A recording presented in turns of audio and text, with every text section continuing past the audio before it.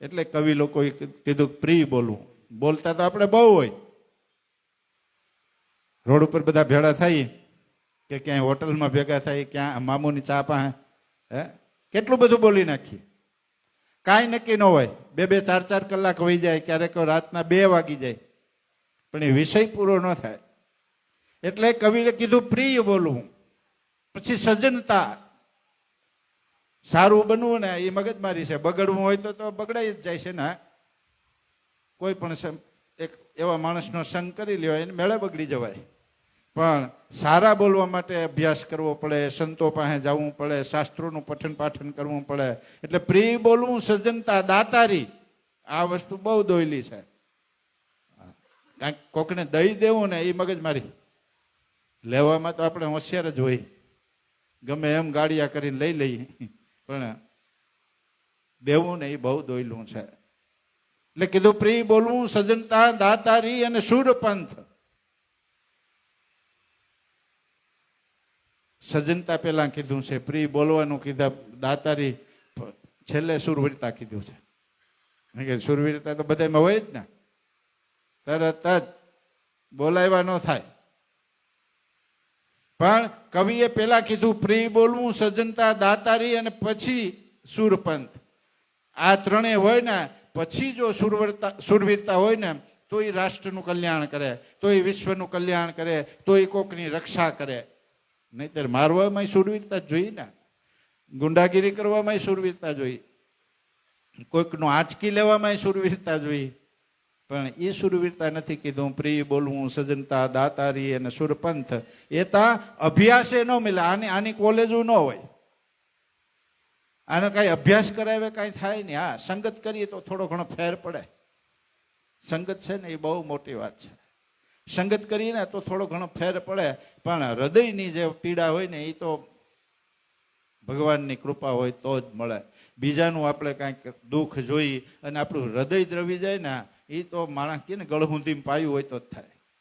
બાપ દાદાએ કોકને દીધું હોય તો આપણે દઈ શકીએ, નહીતર આંચકી લેતા તો બધાને આવડે છે. પ્રિય બોલવું, સજ્જનતા, દાતારી અને સુરપંથ. એ ત્યાં અભ્યાસે ન મળે, બિના કૃપા ભગવાનની કૃપા થાય, ગાય માતાની કૃપા થાય તો પછી આ વ્યાસપીઠ મળે. પણ એમાં કાંઈક ને કાંઈક આપણી ભાવના કાં અતિરેક થઈ ગયું હોય, કાંઈક ઓછું થઈ ગયું હોય એટલે તાવે આવે પાછો. પણ એવા સંકટ સમયનો પણ સામનો કરી અને પછી ભગવત ગુણાનુરાગ ગાવા, એ એક ગુરુ કૃપા હોય તો જ થઈ શકે, ગૌ માતાની કૃપા હોય તો જ થઈ શકે. નહીતર તાવ આવે તો ઊભું ન થવાય. ને અમારા કૃષ્ણ બાપુ તો હોય જ જાય, એ ઊભા ન થાય. પણ આ જેનો ઉમંગ છે, આનંદ છે, બહુ આપણી ખુશીની વાત છે કે થોડું બોલ્યા પણ સારું બોલ્યા, લડી લીધું. એમ શાસ્ત્રીજીએ સંસ્કૃતમાં અતિની વ્યાખ્યા કરી તો કવિ લોકોએ કીધું અતિ ભલો નહીં બરસનો. સંસ્કૃત અને આ કવિ લોકોએ સંસ્કૃતમાંથી, વેદમાંથી, પુરાણોમાંથી જ પોતાની કવિતાઓની રચના કરી. હવે બધા કવિઓ છે પોતાની કલ્પના કરે છે, પણ આધ્યાત્મિક જે કવિઓ થઈ ગયા, જે જગતના કલ્યાણ માટે કવિતાઓ રચી છે, એને છે ને શાસ્ત્રો અને વેદોનો સાર જ કીધો છે. અતિ ભલો નહીં વર્ષનો, અતિ ભલો નહીં ધૂપ.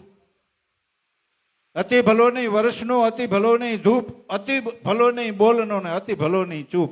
અતિ કોઈ વસ્તુ સારી નથી. કે બહુ વરસાદ આવે તો આપણે પ્રાર્થના કરીને કે હવે બંધ થાય તો સારું, સારી ભાષામાં આપણે પ્રાર્થના કહેવાય. બાકી તો આપણે બધા શું બોલીએ છીએ ખબર જ છે કે આ લોહી પીધું હવે બંધ નથી થતો. એટલે અતિ ભલો નહીં વર્ષનો ને અતિ ભલો નહીં ધૂપ. બહુ તડકોય સારો નહીં, પણ આ બધા જોઈ ખરા પાછા. હા, વરસાદ ન હોય તો મજા ન આવે, ધૂપ તડકો ન હોય તો મજા ન આવે, પણ અતિ સારું નહીં. આપણા જીવનમાં કોઈ પણ વસ્તુની અતિ થઈ જાય ને, અતિરેક થઈ જાય, પછી આપણું જીવન છે ને એ દુઃખમય થઈ જાય છે. આપણે વૈભવને અતિ બધી ચાહવા માંડ્યા, અતિ ચાહવા માંડ્યા. સુખને અતિ ચાહવા માંડ્યા ને. ફ્રીજે જોઈ, ટીવી જોઈ, એસી જોઈ, આ જોઈ, તે જોઈ. આપણા બાપ દાદાને કઈ જોતું નહીં. શાસ્ત્રીજીનું કહેવાનું એ હતું, એ ખેતરને શેઢે ઢેફાનું ઓસીકું કરી માટીના ઢેફામાં સમજાય ને, માટીનું ઓસીકું કરી અને પછી હુઈ જાય ને તો એને નીંદર આવી જતી હતી. ભલા માણસ આપને નથી આવતી, એસી રૂમમાં નથી આવતી.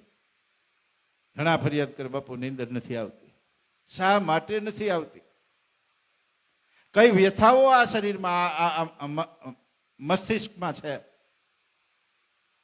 કાંઈક વ્યથાઓ છે ને એટલે નથી આવતી ને. એ અતિ છે. હોવી જોઈએ જિજ્ઞાસા, હોવી જોઈએ કાંઈક કામ કરવાની, કાંઈક મેળવી લેવાની ઝંખના હોવી જોઈએ. પણ અતિ થઈ જાય ને પછી આપણને ઊંઘ નથી આવતી. પછી આપણે કાં ઊંઘની ગોળી ખાવી પડે અને બહુ ઓલા હોય તો પછી કાંઈક એકાદી પેગ લેવી પડે. હે એટલે અતિ થઈ ગયું ને. સાહેબ જિજ્ઞાસા હોવી જોઈએ. આપણે આગળ વિકાસ થાય, આપણી બાળ બચ્ચા આગળ આવે, આર્થિક વિકાસ થાય, સામાજિક વિકાસ થાય, આધ્યાત્મિક વિકાસ થાય, એવી ઈચ્છાઓ હોવી જોઈએ. ઈચ્છા વગરનો માણસ છે એ તો મળદા જેવો છે, સૌ જેવો છે. એને પછી કાંઈ હોય જ નહીં.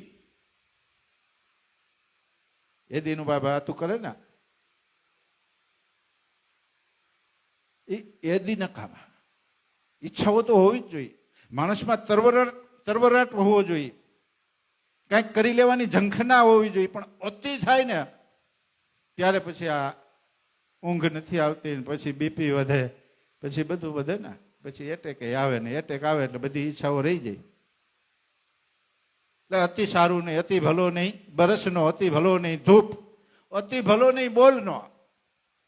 બીજાને કંટાળો આવી જાય ત્યાં સુધી આપણે બોલ્યા કરીએ ને તોય મગજમારી છે. પણ ભગવાનની કથા છે એ તો બહુ પ્યારી લાગે. એમાં તો એમ થાય કે અતિ બોલવું જ જોઈએ. એટલે આપણા વડીલો એમ કહેતા, બે આપણે કહેવત બે કીધી છે, બોલે એના બોર વેચાય. પણ બોલે કેવું કે આવે હરિકથા હોય એવું બોલે તો, નહીતર ન બોલ્યામાં 9 ગુણ. નહીતર એ છાનો મનો રીત તો જ સારો છે. અમુકને બોલાવાય નહીં ને એ બોલાવ્યા પછી હું ક્યાં જાય એનું નક્કી ન હોય. એની બ્રેક વગરની ગાડીઓ હોય, એને ખબર નથી હું બોલું છું.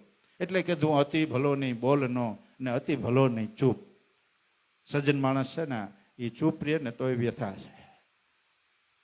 દુર્જન છે એ બોલે તો મગજમારી છે, અને સજ્જન સંત ભક્ત આ બધા ચૂપ રહે ને તોય આપણને એમ પીડા થાય કે કાંઈક બાપુ બોલે તો સારું. વ્યાસપીઠે આજે આપણને 5 વાગે બંધ કરી દીધું એટલે આપણને એમ થયું ને કે આ ખોટું થયું. ન્યા અતિ બરાબર છે, પણ ન બોલવાનું જેને ભાન જ નથી કે હું બોલવું, શું બોલવું એ જ ખબર નથી, એને માટે અતિ ભલો નહીં બોલનો અતિ ભલો નહીં ચૂપ. સજ્જન માણસ માટે બહુ ચૂપ રહે એ સારું નથી. એટલે આ બધી સંતો અને શાસ્ત્રોની વાત છે ને આ બધું મનથી થવું જોઈએ. ધ્યાનમાં આપણે કીધું છું. આ ભાઈ જે કાંઈ અત્યારે ગજેન્દ્ર મોક્ષની વાત કરી એમાં છેલ્લે તો ધ્યાન જ આવે છે. સામાન્ય બધી વાર્તાઓ લાગે. ત્રિકૂટ પર્વત કીધો છે, ત્રિકૂટ 3 શિખર વાળો. તો ધ્યાન છે ને એ ત્રિકૂટી ઉપર જ થાય છે. ઈંગલા પિંગલા સૂક્ષ્મણાની જ્યાં ત્રિવેણી સંગમ છે એને જ આપણે આજ્ઞા ચક્ર કીધું છે, અને ત્યાં જ ધ્યાન થાય છે. ત્રિકૂટી પર્વત ઉપર હાથી પોતાના પરિવાર સાથે કંઈક ગમત કરવા આવ્યો છે. શાસ્ત્રીજીની ભાષામાં પિકનિક કરવા આવ્યો છે. હાથી ક્યાં આવ્યો છે? સરોવરને કિનારે. સરોવરમાં ને આ ભવસાગર, એમાં હાથી એટલે આ જીવ પોતાના પરિવાર સાથે કંઈક આનંદ કરવા આવ્યો છે. પણ થયું હું પીડા થઈ. આપણે બધાય આ ભવસાગરમાં કાંઈક આનંદ કરવા માટે મથી રહ્યા ને, કાંઈક મેળવવા મથી રહ્યા છીએ ને. એ આખું કુટુંબ મહેનત કરતા હોય, વડીલો મહેનત કરતા આવ્યા, યુગોથી મહેનત કરતા આવ્યા, સુખી થવા માટે જ મહેનત કરતા આવ્યા છે. પણ સુખને બદલે દુઃખ જાજુ આવે છે. બધા ભેગા થાય ન બોલવાનું બોલાઈ જાય, પીડા ઊભી થાય. ને આનંદ કરવા જ ભેળા થયા હોય કે હાલો ફલાણા ત્યાં ઘેર જઈ ત્યાં બધા બેસું ને આનંદ કરશું. પણ બોલવાની ખબર ન પડે એટલે કીધું અતિ ભલો નહીં બોલનો. બોલવાની ખબર ન પડે, મગજમારી થાય. એમાં આ હાથી ગયો છે આનંદ કરવા, આ જીવ ગયો છે આ સરોવરની કિનારે ભવસાગરને આરે આનંદ કરવા ગયો છે, પણ પીડા ઊભી થાય છે. શું પીડા ઊભી થઈ? બધા બરાબર મજાક મસ્તીમાં આવ્યા, બરાબર આનંદમાં આવ્યા ને તા મગરે પીકડ્યા. આ ભાઈ બરાબર સેટ થઈ ગયો કે ના ના હવે બરાબર છે, ત્યાં મગરમાને વૃદ્ધાવસ્થા, મગરમાને મોત, મગરમાને યમરાજ પકડે ને, પકડે એટલે પીડા થાય, પીડા થાય એટલે શું થાય? હાથ પગ જાય, પેટ જાય, આંખું જાય, કાન જાય. પછી આ ભાઈને હોસ્પિટલ ભેળા કરે, ઘરમાં ન રહેવા દે, પછી હોસ્પિટલ ભેળા કરે. થોડા દિવસો બધા મહેનત બહુ કરે, ટિફિન પહોંચાડે, આમ કરે, સેવા કરે, ફલાણું ઢીકડું બહુ કરે. પણ એમ ખબર પડી જાય કે હવે આ ભાઈ દાદા 7 વર્ષ કાઢવાના છે, 10 વર્ષ કાઢવાના છે, કોમામાં છે. પછી છે ને આ સમાજ કંટાળીને નીકળી જાય. હાથી છે ને બહુ ફસાણો નીકળાનો નહીં ને એટલે એનો પરિવાર છોડીને નીકળી ગયો. પછી હાથી એકલો રહ્યો છે. આ જીવ પછી એકલો રહે ને, એકલા રહ્યા પછી જો સમજાઈ જાય તો ઠીક છે, ને કરી પથારીમાં પીડો પીડો અફસોસ કરતો હોય બધાય વહી ગયા, આ મને કોઈ જોવા વાળું નથી, બધા વહી ગયા. એના સમાજને જ યાદ કર્યા. પણ અહીંયા એમ કીધું છે હાથી છે ને પછી ઈશ્વરને હરિને યાદ કરવા માંડ્યો અને કીધું હવે શું કરવું? હવે તો ભગવાન સિવાય કોઈ નથી, હવે આમાં ઈશ્વર સિવાય કોઈ બચાવે નહીં. પણ આ જીવની વ્યથા એ છે ને એન ટાઈમે છેલ્લે ટાઈમે ભગવાન યાદ ન આવે, એ તો ધોખા જ કરતો હોય. કાકા નો આવ્યા, છોકરા સેવા કરતા હોય ને પૂછે કાકા આવ્યા ખબર કાઢવા? તારે હવે ઉપરનું ધ્યાન રાખ, નહીં થાય ખબર કાઢવા આવ્યા કે નહીં. એમાં પણ એને એ તકલીફ થાય, તાર મામા આવ્યા આવું પૂછે ને. હરિભજન કરવાનો સમય છે પણ એ યાદ નહીં આવે, કારણ કે આપને માયા વ્યાપી ગઈ છે. ઈશ્વરની માયા આપને આ બધું નાચ નચાવે છે. પણ હાથી એમ કીધું કે મેં હરિને સ્મરણ કર્યા, હરિને સ્મરણ કર્યા, એવા ભાવથી સ્મરણ કર્યા. આ કથાકારો એમ કે છે હ કીધું ને ત્યાં ભગવાન ત્યાંથી દોટ મૂકી અને ર કીધું ને ત્યાં મગરમચ્છનું માથું કાપી નાખ્યું. હરિ કહેતા તો મગરમચ્છને એટલે આપણી માયાને છેદન કરી નાખે છે, માયાનું કલ્યાણ કરી નાખે છે. પણ આપણે એવા ભાવથી પુકારવા જ નથી. ભાવ તો ક્યાં વાત, યાદ જ નથી આવતા. એ તો કાકા ને મામા ને દાદા ને ભાઈ ને બેન ને આ બધું યાદ આવે, હરિ યાદ નથી આવતા. પછી હાથી વિચાર કરે છે કે હું તો આખો પાણીમાં ડૂબી ગયો છું, ત્રસ્ત છું, હવે આ ભગવાનની પૂજા કેમ કરવી? આ પોઈન્ટ મારે તમને સમજાવવો હતો. હાથી પૂરેપૂરો ડૂબી ગયો છે. ખાલી એમ કે છે આ કથામાં કે એક હૂંઠ જ હાથીની હૂંઠ જ બહાર છે, બાકી આખો ડૂબી ગયો છે. આ જીવ માયામાં આખો ત્રસ્ત થઈ ગયો છે, ડૂબી ગયો છે. પણ એક સૂંઠ મારે તમારા શ્વાસોશ્વાસ બાકી હોય, બાકી તો પથારીમાં આ શરીર લપેટાઈ ગયું હોય, એમાં ક્યાંય હાલવાની કે ત્રેવડ હોય નહીં. ત્યારે હાથીની વાત સાંભળીને આપણે ગભરાવાનું નથી. હાથીએ એ છેલ્લી અવસ્થાએ મરવા ટાણે કાંઈ બચ્યું નહીં, ત્યારે મનથી સૂંઢથી, સૂંઢ એટલે એનું નાક, શ્વાસ લેવાનું હોય ને, ત્યાંથી ભગવાનને યાદ કર્યા છે.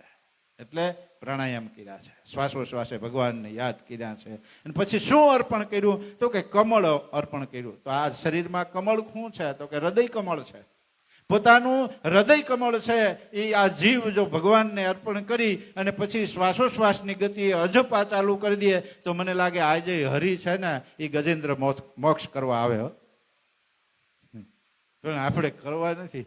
આ હાથી એવો માયામાં વ્યાપી ગયો છે કે એને ઈશ્વર યાદ નથી આવતા. આ કથાઓ બધી છે ને આધ્યાત્મિક જગતની કથાઓ છે.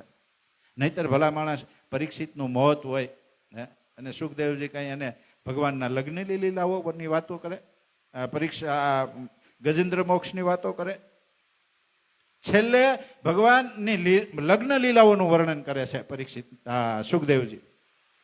પરીક્ષિતને મરી જવું છે ને એને લગ્નની વાતો સાંભળીને શું ફાયદો છે? પણ છતાંય લગ્ન લીલાની વાત કરે છે અને કહે છે કે આ જીવ જો શિવ હારે પરણી જાય ને, આ જીવનું શિવ હારે મિલન થઈ જાય, એનું લગ્ન થઈ જાય, એની સુરતા ને આ શબ્દનું લગ્ન થઈ જાય ને તો પરીક્ષિત આમાં કાંઈ અઘરું નથી. 7 દિવસમાં નહીં 7 સેકન્ડમાં આ જીવ ગતિને પામી જાય છે. પણ આપણે ત્યાંય રૂક્ષ્મણીને કૃષ્ણ બનાવશું, આમથી જાડેરી જાન લઈ આવશું અને ઢોલ ને તગારા ને બેન્ડ વાજાના હાથ તેને આપણને, કારણ કે આ જીવ છે ને લૌકિક છે. નાનપણથી આ જીવે લૌકિક જ જોયું છે. અને લૌકિક જોયું છે એટલે લૌકિક જ ગમે છે. આપને ઈ લગ્ન જ ગમે. બાકી બાપુ સમજાવે કે ભાઈ આ સુરતાને પરણાવવાની છે શબ્દ એટલે તો એ બાપુ શું કંઈક માથાકૂટ કરે છે આમાં શું હોય છે ભગવાનને ખબર. હું સુરતાન હું શબ્દ ને હું જીવ ને હું શિવ ને આપણે તો ભલા માણસ મોજ કરી લેવાની છે. આ બધું તો સંતોના કામનું છે. આપણે એમ કઈ છૂટી જાય છે. આ બધું સંતોના કામનું છે. આપણે તો આ આનંદ કરી લેવાનો છે. અને એથી વધુ ઓધવરામની કૃપા હોય સદગુરુની કૃપા હોય તો આવા પ્રસંગોમાં 5-25 હજાર વાપરી લઈ. બાકી વાહુથી નથી પહોંચવું. જે શાશ્વત સુખ છે એને સમજવાની આપણે કોશિશ નથી કરતા. અને આ બધું મનથી થાય છે. ગજેન્દ્રએ એવા ભાવથી પોકાર કર્યો છે, મનથી પોકાર કર્યો છે, અને પછી અજપા કર્યા છે, અને પછી પોતાનું હૃદય કમળ ભગવાન શ્રી હરિને સમર્પિત કર્યું છે એટલે એનો મોક્ષ થઈ ગયો છે. આ કથા આપણને આવું કહે છે. પણ એ કથાને સમજવા માટે આપણે જે વાત કરી હતી કે ભાઈ સીડી છાયામાં જઈને વાગોળવું જોઈએ. વાગોળી તો જ આ કથાઓ સમજાય, તો જ આ કથાઓના મર્મ આપણને ખબર પડે. નહીંતર ભગવાનની લીલાઓ છે એટલે આનંદ આવે. ભાગવત કથા આપણે આપણા યાદ કરીને તો કેટલી સાંભળી નાખી છે ને, કેટલી કથાઓ આપણે સાંભળી છે, કેટલા વક્તાઓને સાંભળાય છે, પણ કંટાળો નથી આવતો.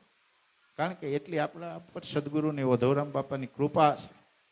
એટલે આપણે એ ભગવાનના ચરિત્રો ગમે છે, પણ એ ચરિત્રોને પચાવી અને જીવનમાં ઉતારી દેવાના એ એક સદભાગી જીવ હોય એ જ ઉતારી શકે છે.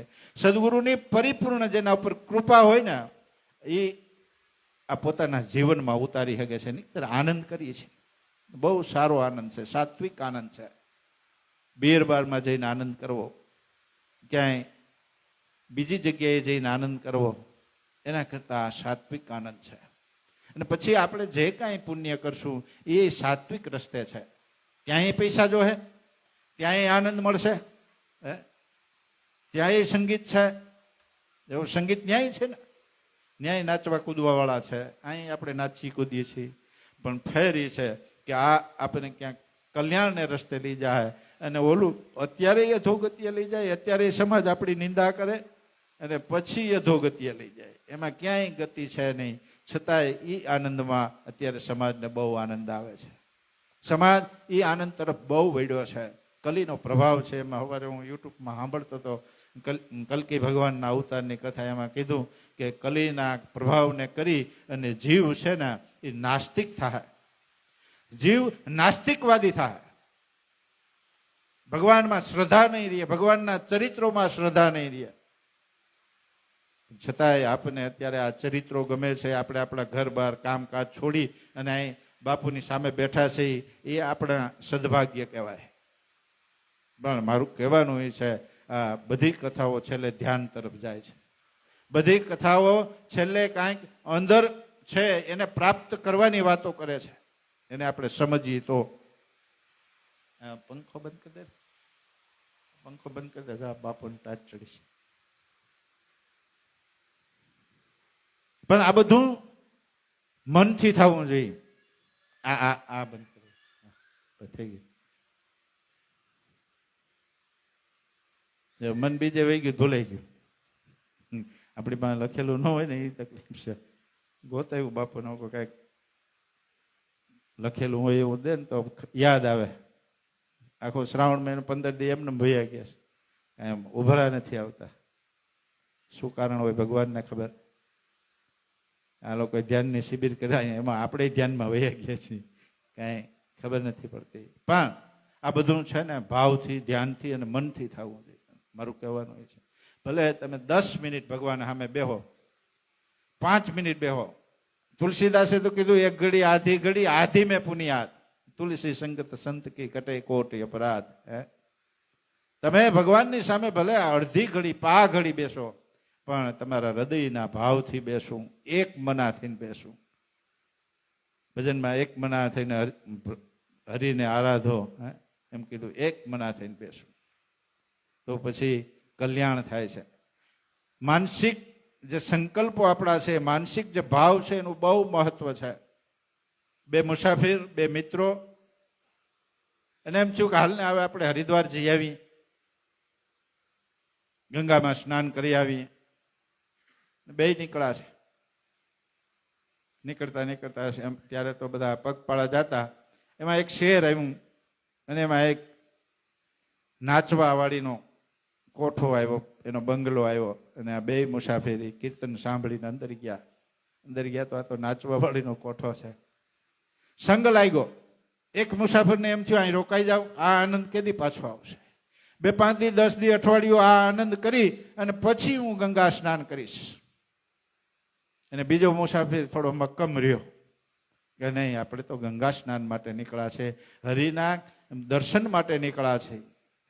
આપણે તો બદ્રીનાથના દર્શન કરવા છે, 4 ધામની યાત્રા કરવી છે, ગંગા સ્નાન કરવું છે, આમાં ન લોપાવાય. નીકળી ગયો અને આ ભાઈ રોકાઈ ગયો.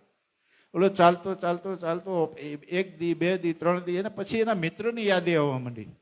કેવો ફસાઈ ગયો, કે એનું શું થાય, શું કરતા છે, આ વેશ્યા સાથે એ કેવો જીવન જીવતો હોય છે. આ એને વિચારો વાગોળવા માંડ્યો. દિવસે દિવસે આ સંકલ્પો એના વધતા ગયા. એટલે માનસિક રીતે એ વાંજર્યો અને ઓલાને પસ્તાવો થયો કે હું અહીં રોકાઈ ગયો, પણ મારો મિત્ર તો કેવું ગંગા સ્નાન કરતો હોય છે. કેટલું ગંગા સ્નાન પવિત્ર છે, કેવો ભાગ્યશાળી કહેવાય. ગંગા સ્નાન કરીને પછી 4 ધામની યાત્રા કરવાના છે. બદ્રીનાથના દર્શન કરશે, કેદારનાથના દર્શન કરશે, ગંગોત્રી જમનોત્રી જાય. આનું રટડા ચાલુ થઈ ગયું. આ જીવને જે મળે છે ને એને સારું નથી લાગતું. તમે જોજો, આપણી થાળીમાં જે હોય ને એ સારું નહીં લાગે, બીજાના પીઝા ને બર્ગર એ આપણને સારા લાગશે કે ન્યા કંઈક સારું છે. એમાં આ જીવને જે મળ્યું ને એમાં સંતોષ નથી, એટલે ઓલો ઓને વાગોળે છે ને આને વાગોળે છે. એમાં 4 ધામની યાત્રા કરતા કરતા કેદારનાથમાં જેમ કાંઈક બીના બની ને એમ કાંઈક પ્રસંગ બન્યો અને ઓલો યાત્રામાં હતો ને એ મુસાફર મરી ગયો, મૃત્યુ પામ્યો. યમના દૂતો એને લેવા આવ્યા. યમના દૂતો લેવા આવ્યા. ત્યારે એને કીધું કે હું તો આ પવિત્ર સ્થળમાં મર્યો છું, ગંગા સ્નાન કરી અને પછી કેદારનાથના દર્શને આવ્યો છું, મને યમલોકમાં. ત્યારે યમના દૂતો કહે છે તારા મનમાં શું હતું? તારું શરીર આ ગંગા સ્નાન કર્યું, તારા શરીરે કેદારનાથના દર્શન કર્યા, પણ તારા મનમાં તો ઓલું વૈશ્યાલય જ છે. તો કે મારો મિત્ર એ તો સ્વર્ગમાં છે, વિષ્ણુ લોકમાં છે. કાં તો કે એ તારું મનન ચિંતન કરતો હતો. એને માનસિક ગંગામાં સ્નાન કર્યું, એને માનસિક કેદારનાથના દર્શન કર્યા, એને સ્વર્ગ મળી ગયું છે.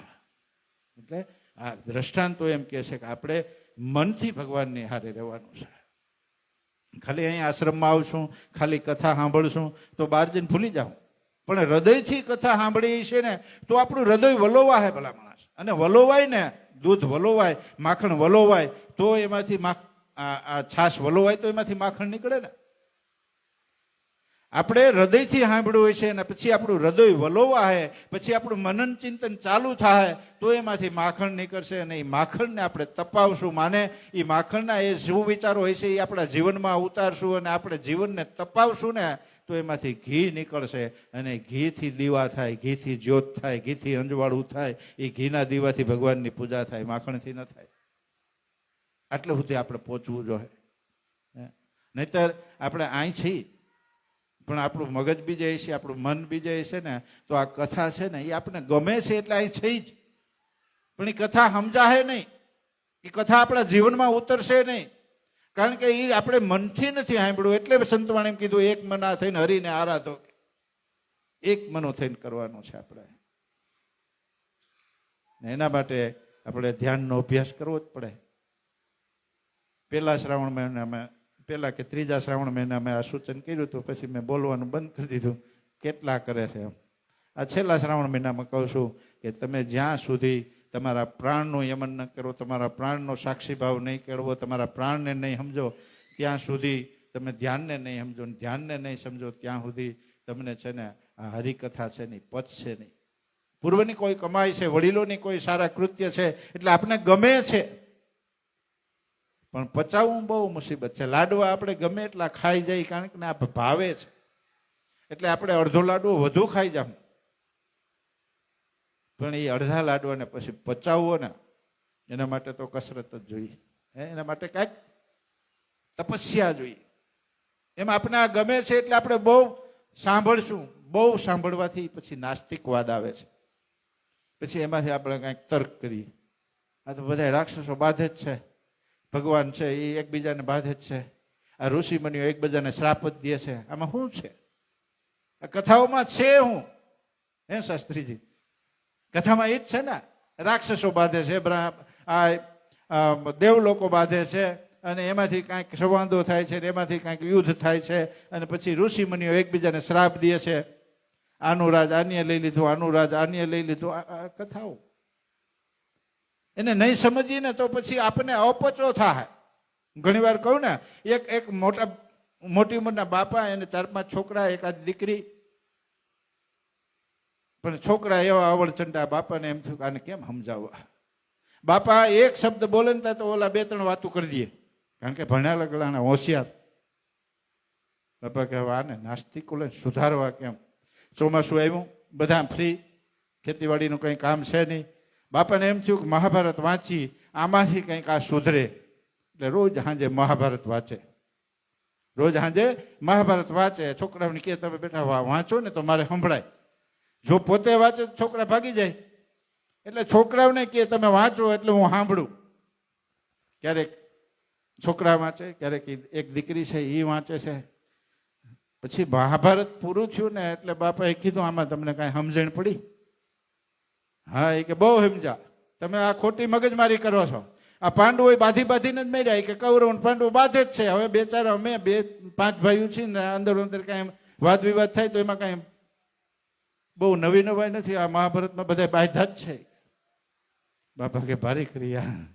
હે, આપણે આપણી રીતે જો આમ સાંભળીશું ને તો આવું જ લેવું. એમાંથી દીકરીને પૂછ્યું બેટા તને કઈ સમજણ પડી?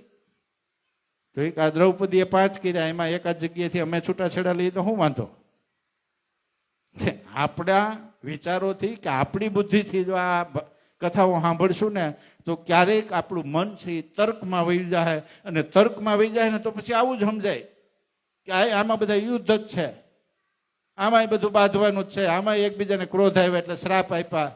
પણ એ લીલાઓ ને આપણે નિહાળી, એ લીલાઓ ને આપણે જોઈ તો એમ થાય કે એ ઝઘડા થયા ને એમાંય વિશ્વનું કલ્યાણ થયું, એ શ્રાપ મળ્યો ને એમાંય વિશ્વનું કલ્યાણ થયું, અને કદાચ મહાયુદ્ધો થયા છે તો એમાંય વિશ્વ કલ્યાણ થયું છે. ને આપણે એ તર્કમાં વિશ્વ કલ્યાણ ન હોય, આપણું કલ્યાણ ન થાય. એટલે બહુ સમજવાની વાત છે. બહુ ભાવથી, મનથી, હૃદયથી સાંભળશું ને તો જ આ કથાઓ આપણને પહોંચશે. નકર બધાને હું કહું કે ભાઈ આ ધક્કો છે ને સફળ થઈ જવો જોઈએ. ઉપરથી આપણો ધક્કો થયો ને, આ જન્મ મળ્યો છે એ ઉપરથી ધક્કો થયો છે એ સફળ થઈ જવો જોઈએ. વાપીથી અહીં આવો છો એ ધક્કો સફળ થઈ જવો જોઈએ. અને અહીં બેસવામાં, આ તો આપણે ઠીક છે મોટી કથા હોય તો એમાંય ધક્કાધક્કી હોય ને, યાત્રામાં જઈને અહીં ધક્કાધક્કી હોય. આ જગત આખું ધક્કાધક્કીનું છે. એમાં આપણે આપણો ધક્કો કેમ સફળ કરી લેવો ને એ આપણી સજ્જનતા છે, એ આપણી સમજણ છે. આપણો ધક્કો સફળ થઈ જવો જોઈએ. વ્યાપીથી અહીં સુધી આવ્યા અને પછી એમાં આપણે જો એક હૃદયથી 1-2 નામ સ્મરણ ન કરી શકીએ તો પછી ધક્કા જ છે. એ ધક્કા સફળ થાય એવું આપણે સદગુરુને પ્રાર્થના કરવી જોઈએ. એના આ બધા માટે સંગત બહુ સંગત છે એ જરૂરી છે. કેવા માણસનો તમે સંગ કરો છો. ક્યારેક એવું થાય હાલ ને પાડોશી છે એ આમાં ક્યાંય માનતો નથી, આપણે આશ્રમે જઈએ છીએ, આપણે બાપુ પાસે જઈએ છીએ તો આને લઈ જઈએ એટલે ક્યારેક આનું કલ્યાણ થઈ જાય. પણ એની બુદ્ધિ જ એની બગડેલી હોય ને એને તમે ગમે ત્યાં લઈ જાઓ એ ઘડીકમાં સ્વીકારશે નહીં. ને ક્યારેક જો આપણો વિશ્વાસ દ્રઢ નહીં હોય, આપણે ખાલી શ્રદ્ધા જ છે ને વિશ્વાસ નહીં હોય ને તો એ માણસ છે ને તમારા માઇન્ડ ઉપર સવાર થઈ જાય, તમારા મગજ ઉપર સવાર થઈ જાય અને તમને કુસંગ લાગી જાય. હવે ન્યા હું બાપુ એટલા વર્ષથી તું ધક્કા ખાત અને હું એમાં મળ્યું. હાલ મારા ભેગો જો એક પ્યાલીમાં ચકના ચૂર થઈ જાય. હે, એટલે સંગત બહુ જરૂરી છે. સમજીને સંગત કરશું તો જ આ બધું ફળ છે. નહીતર એકાંત ભલું, નહીતર આપણે એકલા ભલા છીએ ને એકલામાં જે થાય ને એ 2 જણા હોય તો ન થાય, એકલા હોય તો આપણે એમ થાય ને આપણે જ કરવાનું છે. આ ખુરશી આપણે જ બિછાવવાની છે, આ ચાદર આ જે છે એ આપણે જ બિછાવવાની છે. એકલો જ છું, પણ 2 જણા આવીશું તેમ થાય કે બોલો કરી લે, હાલ ને હું જરીક આટો માર લઉં. એમ 2 જણામાં ક્યારેક વિખવાદ થાય, તર્ક થાય, ક્યારેક આશા નિરાશા થાય, પણ એકલા જો આનંદ કરી તો ભગવાન શિવની કૃપા મળે. ભગવાન શિવ ક્યાંય જો એ એકલો જ બેઠો હોય, એના ભેગા નંદી હોય ને તો એ આમ છેટા હોય. પોતાના સમાધિ સ્થાન પાસે એને બીજાને આવવા નથી દીધું. પણ આપણને એ ખબર નથી, આપણા નિજની ખબર નથી, આપણા સહજ સ્વરૂપની ખબર નથી, એટલે આપણે હથવારાની જરૂર છે, એટલે આપણે શિબિર કરવી પડે. નહીતર તો ભગવાન શિવ જ્યારે સહજ સ્વરૂપને યાદ કરે અને એ તરત જ ખોવાઈ જાય. પણ આપણે એક સથવારાની સંગાથની જરૂર છે, કારણ કે આપણને એકલા ભય લાગે છે. ભય જ્યાં સુધી આ જીવમાં છે ત્યાં સુધી સત્યને ઓળખી નહીં શકે અને સત્યને ઓરી નહીં શકે, માને સત્યને લઈ નહીં શકે. એટલે આપણે જરૂર છે સંગતની, પણ સંગત છે ને સારી કરવી જોઈએ, સજ્જન માણસની કરવી જોઈએ, સદગુરુની કરવી જોઈએ, અને એ સંગત છે એ આપણું કલ્યાણ કરી શકે. કેની હારે નેડો કરવો, કેની હારે મિત્રતા કરવી, એ બહુ મહત્વનું છે. અહીં કોસંબા અમે એક ધર્મસભામાં ગયા હતા, ત્યાં એક 15-16 વર્ષનો કથાકાર યુવાન હતા, એને બહુ મજાની વાત કરી હતી. કેની યારી કરવી, હિન્દી ભાષા હતા, યારી કેની કરવી. અમે સંતો છીએ, એને કીધું અમે સંતો છીએ, અમારે કે કાંઈ ફિકર નથી, તમારે 2 છોકરા હોય ને તો તમે બેવડા વરી જાવ છો, ચિંતા એટલી બધી કરતા હોય, અને કેમ ભણાવીશું ને કેમ ભણાવીશું ને. એમાં તો અત્યારના યુવાનો તો એમ કે એક બસ. પછી અમે પૂછી કાંઈ કેમ, તો કે પછી બાપુ આનો અમારે કેમ કરવું બધું પૂરું. એ અમારા મોહનભાઈ છોકરો પિયુષ છે ને, એને મેં ચાઇન લીધો, ચાલ ડ્રાઇવિંગ કરીને અમને મૂકી જાય. પછી રસ્તામાં બધું વાત થઈ, તો એ કે આ બાળકો ઉત્પન્ન કરીએ તો એનું પાછી ભરણ પોષણ, એને ભણાવવા ગણાવવા, આ તે શિક્ષણ બધું કરવું પડે ને. એટલે એક તો બસ. એટલે મેં કીધું તારા પપ્પાએ આ વિચાર કર્યો હોય તો તમે કેટલા ભાઈઓ? તો 2 ભાઈઓ છે. બેન તો કે 1. તમે 3 સંતાનો છો ને તારા પપ્પાએ એમ વિચાર કર્યો હોત કે ભાઈ આ બધાને કેમ કરીશ તો શું થાય? તારા પપ્પાને તમે ભારે પડ્યા છો, તમે તમારું કરી જ લ્યો છો ને. અત્યારે તારા પપ્પાને તમે સહયોગ કરો છો, પણ એ વિશ્વાસ, એ આપણી ભક્તિ, આપણા ભગવાન પ્રત્યેનો એ શ્રદ્ધા એ આપણામાં વહી ગઈ છે. એટલે અત્યારનો યુવાન તર્ક કરે છે એક બસ. એને જાળવી રાખવા માટે આપણે યારી કેની કરવી? મહાત્માએ બહુ કથાકારે વાત કરી હતી. યારી કેની હારે યારી કરવી, મિત્રતા કેની હારે કરવી, એને વાત કરી, દ્રષ્ટાંત આપ્યું. એક નગરમાં એક વૈશ્યા અને એક સંત, રોડને કિનારે 2ની ઝૂંપડીઓ. આનો રંગમેલ અને પછી રસ્તો, ને આ બાજુ મહાત્માની ઝૂંપડી. હવે આ લોકોને સંધ્યા ટાઈમે ઘરાક આવે એટલે નાચવા કૂદવાનું ચાલુ થાય, સંગીત ચાલુ થાય, એનો આલાપતાન ચાલુ થાય, અને આ મહાત્મા ટકોરી લઈને શ્રી રામ જય રામ જય જય રામ ચાલુ થાય. હવે આ તો એની મસ્તીમાં છે, એટલે આને કઈ ઉપાધિ નથી, એને કઈ ત્રાસ નથી, પણ ઓને એ શ્રી રામ જય રામ ખટકે.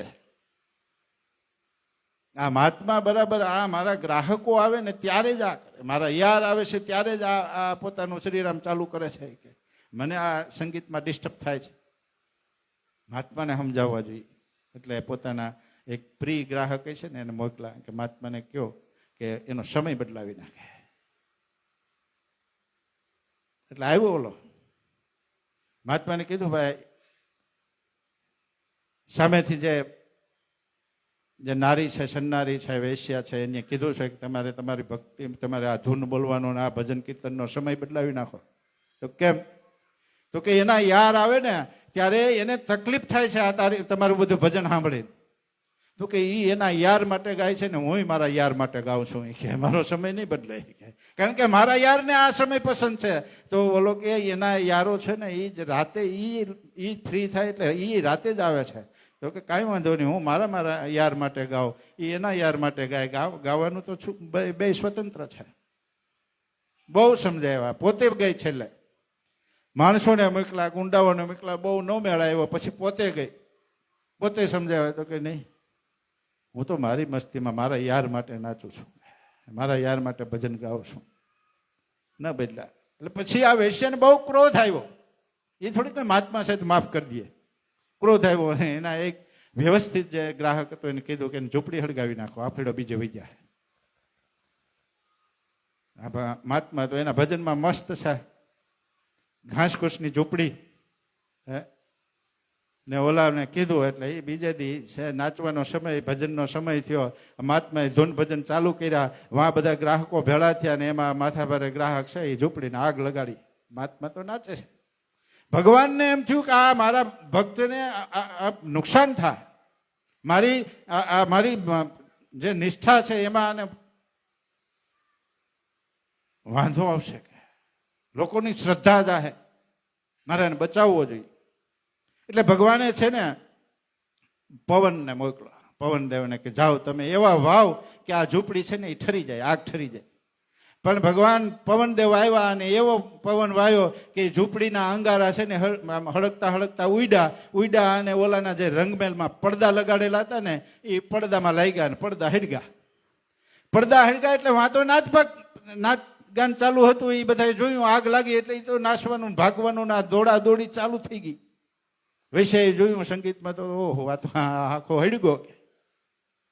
હડગો એટલે એની દોટ મૂકી મહાત્મા તરફ. આ શું કર્યું, કે તમે આ શું કર્યું? મેં કાંઈ નથી કર્યું. તે શું કર્યું? તો કે મેં મારા યારને મોકલો તારી ઝૂંપડી હળગાવવા. તો કે મારો યારે તારી ઝૂંપડી હળગાવી નાખી.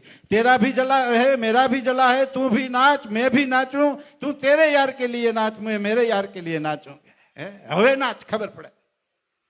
પછી નાચવું કઈ વેશ્યાને થોડું આવે. એ તો સંત નાચી હગે. એ તો એક સજ્જન માણસ છે ને એ પોતાનું નુકસાન થયું હોય નાચી હગે ને ભગવાનનો પાળ માની હગે, ભગવાનને ધન્યવાદ આપે કે ભલું થયું ભાંગી જંજાળ અને સુખે ભજશું શ્રી ગોપાલ. એ નરસૈયો બોલી હગે ભલા માણસ. એટલે મહાત્માએ કીધું તું એ નાચ અને હું નાચું. કારણ કે તું તારા યાર માટે નાચ, હું મારા યાર માટે નાચું છું. નાચ. પણ એ વેશ્યાને નાચવું નહીં, હું રડવું આવ્યું કે મારું આખું પતન થઈ ગયું. એમાં જીવ છે ને કેનો સંગ કરે છે ને એ મહત્વની વાત છે. જીવને સંગત કેની થાય છે એ મહત્વની વાત છે. જો આ જીવ સદગુરુના શરણમાં એકદમ સમર્પિત થઈ જાય તો પછી ભગવાન માટે નાચવાની ઈચ્છાઓ થાય. નહીં તો અમે સાધુ થઈ ગયા પછી મગજમારી છે બહુ, ગુરુનું ચલાન ભળતું ન હોય. પછી એસી રૂમ બનાવવા હોય, પછી જોરદાર મંદિરો બનાવવા હોય, પછી એવી બધી માથાકૂટ હોય ભાઈ. બીજે જોઈ આવીને તો એમ થાય આપણે એવું કરીએ. સંગત થઈ ને એવી નબળી સંગત થઈ ને આ બધું વૈભવ છે એટલે કે આપણે કરીએ અને પછી આપણે કરીને એમાં પછી ઓલું ભૂલાતું જાય. ધર્મની જગ્યાઓમાં બધા વૈભવો હોવા જોઈએ, પણ એ શાશ્વત સુખને બલિદાન આપી નહીં. 5 સ્ટાર હોટલ જેવા આશ્રમો હોવા જોઈએ, ભલે હું એમ નથી કહેતો ન હોવા જોઈએ. કારણ કે સમાજને ખબર પડે કે ધર્મમાં હું તાકાત છે. આપણે એક ઝૂંપડું કરવું હોય ને તો બેવડા વરી જાય છે, ઓવર ટાઈમ કરીએ છીએ તો અહીં એક ઝૂંપડું થાય છે. અને આ સંતો પાસે 5 સ્ટાર હોટલ જેવા બધા બંગલાઓ. કઈ તાકાત છે? તો કે તો ધર્મની તાકાત છે. તો ક્યારેક આ જીવને સમજાય કે આ ધર્મની તાકાતથી જો આ મહાત્માનું કાંઈ પણ ઉદ્યોગ વગર હાલતું હોય તો આપણા ઉદ્યોગને ભગવાન ચલાવી શકે, આપણા ઘરને ભગવાન ચલાવી શકે. અને ભગવાનની શ્રદ્ધા રાખ્યા પછી પુરુષાર્થ તો કરવો જ પડે. પછી દીવાબત્તી કરીને આપણે બેસી જઈએ કે હવે તો ભગવાન કરશે, તો એ નથી. પુરુષાર્થ તો કરવો જ પડે. પણ આ બધા પ્રસંગો, આ બધું વૈભવ ખડો કરવાનો અમારો મકસદ એ હોવો જોઈએ કે સમાજને ખબર પડે કે ઈશ્વરની જ્યાં કૃપા હોય, ધર્મની જ્યાં કૃપા હોય ને ત્યાં પછી કલ્પવૃક્ષ ઊભા થાય છે. પછી તો જેવી ભક્તો ઈચ્છા કરે ને એવું થાય. સંતોને તો ઈચ્છા ન જ કરવી જોઈએ. એટલે વારે વારે આ ભક્ત માળમાં આવે કે ધ્રુવજીને ભગવાન મળ્યા તો શું કીધું કે પ્રભુ હવે એવી કૃપા કરો કે કાંઈ ઈચ્છા જ ન જાગે. પ્રહલાદને પ્રભુ મળ્યા એટલે કીધું કે હવે માગ. તો કીધું હવે તમારું દર્શન થયા પછી કાંઈ ઈચ્છા ન જાગે એવું કાંઈક આપો. એટલે સંતોને તો ઈચ્છા જાગૃત ન કરવી જોઈએ, પણ ભક્તોની સગવડો માટે ભલે ને 5 સ્ટાર હોટલ બને, પણ સાધુને ખબર હોવી જોઈએ કે આ શું છે. સમાજને એ ખબર હોવી જોઈએ કે આ ધર્મની તાકાત છે.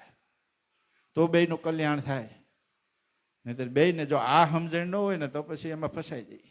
ને એમાં ફસાણા પછી જગત આખું જ્યારે ધક્કા મારે ને તો અહીંયા જગ્યાઓમાં હચવે ને, પણ એ જગ્યામાં જ ફસાઈ પછી કોણ? પછી સત્ય કોઈ સમજાવવાનું જ્ઞાની હોય ને એને સમજાવવો બહુ મુસીબત છે. ભોળા માણસને સમજાવી શકીએ. હાવ દેશી ભાષામાં કહી તો ખોટું ખોટું સૂતો હોય ને, સુવાનો ઢોંગ કરતો હોય એ જાગે નહીં. એને આપણે કહી જેઠાભાઈ ઉઠો તો એ ગોદડું માથે ઓઢી જાય, કારણ કે ઢોંગ કરે છે. પણ ખરેખર જે નિંદરમાં છે એને તમે એક અવાજ મારો ને તો એ સફાળો ઉઠો થઈ જાય, એ બેઠો થઈ જાય કે બાપુ બોલાવે છે.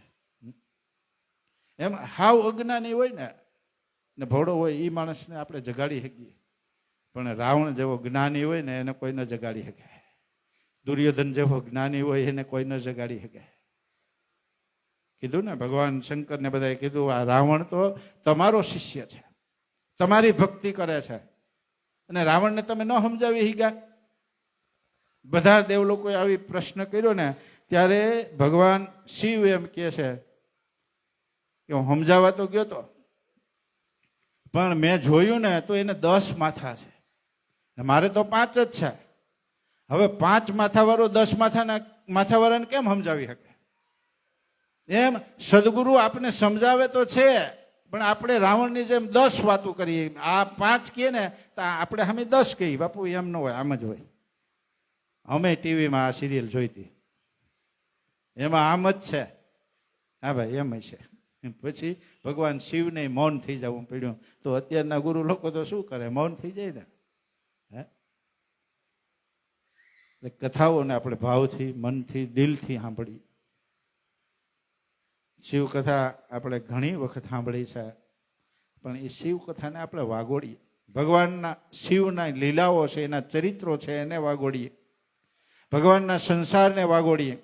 ભગવાનની લીલાઓને વાગોડીએ કે પતિ પત્ની શિવ અને પાર્વતી ભેળા થયા ત્યારે શું કર્યું, અને શું કર્યું, એનું ફળ શું મળ્યું.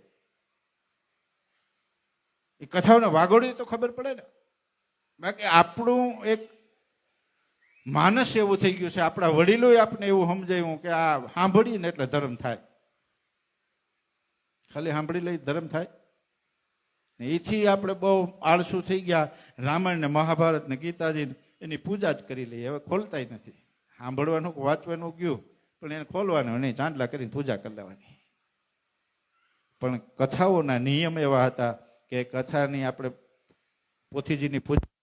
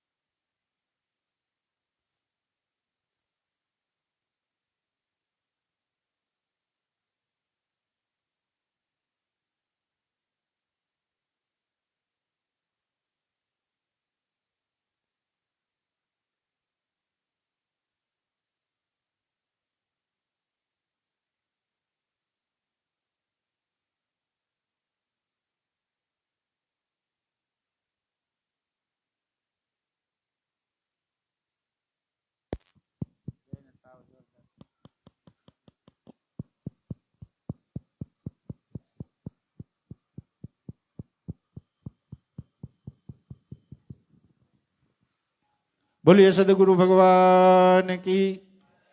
અતિ ભલો નહીં બોલનો, એટલે લાઈટ ના પડી કે હવે બસ. હવે આપણે થાળ અને આરતી તરફ જઈશું. તમે શેનો થાળ બોલશો બાપુ? થાળ બોલશો કે ખાલી ખાલી આરતી? કૃષ્ણ ભગવાનનો. ઠીક.